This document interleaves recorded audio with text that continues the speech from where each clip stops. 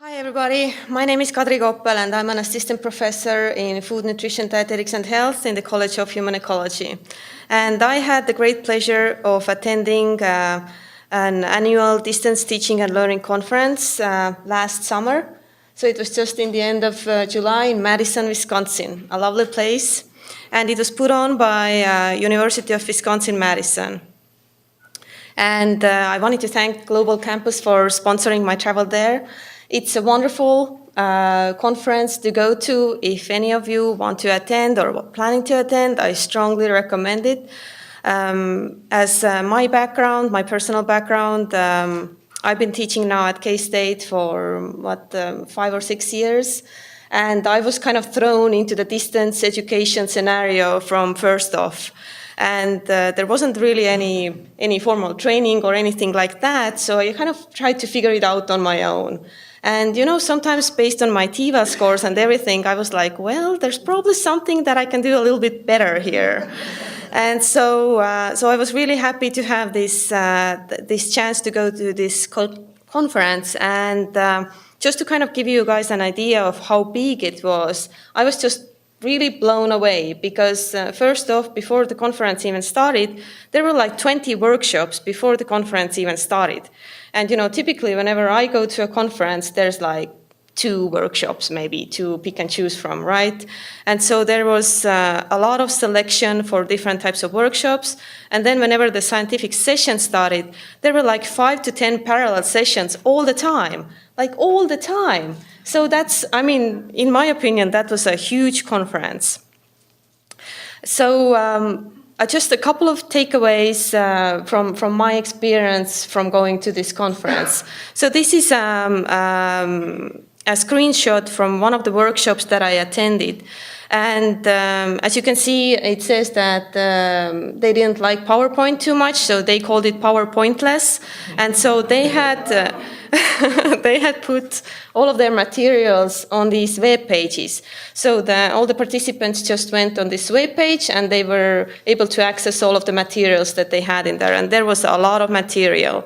And I'm not going to go through everything, but one thing that did resonate with me quite a bit was the point on accessibility. So here in this menu, you can see there was a point about accessibility.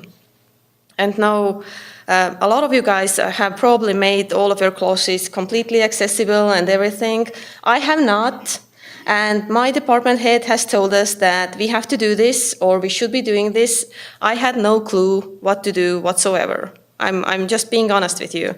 But whenever I attended this workshop, then it started opening my eyes, like what I can actually do to make my classes more accessible.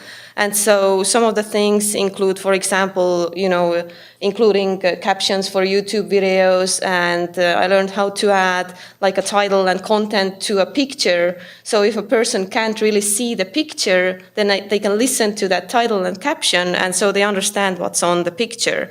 So those were just kind of a couple of my insights.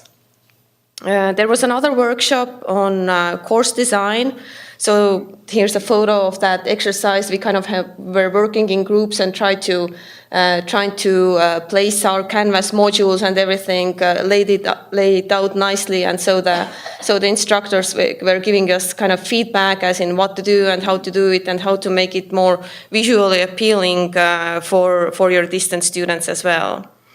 Another thing that I wanted to point out, and for me as coming from sensory analysis and consumer behavior, so that's a very hands-on area really. And so a lot of our courses have hands-on sections and laboratories and things like that. So far with our distance students, what we have been doing is just basically having one of our graduate students in our lab put together these kits, kind of, figure out these kits for the distance students so that we can ship those out and they can use it at their homes and kind of get that learning as well. And so there's actually a lot of providers out there who are able to help you with these types of kits. So that was one of the points I picked up. And A lot of emphasis was placed on also like simulations and virtual reality and things like that. So that's kind of the up and coming area in distance education for sure. The last thing I wanted to point out was about using your mobile device in your classroom and in teaching as well. And I mean, everybody uses your mobile devices and smartphones all the time, right? And so this person over here was just pointing out several of the apps that you can use with your mobile phones. And I mean, even in classroom, like in on-campus classrooms, you see people using smartphones all the time.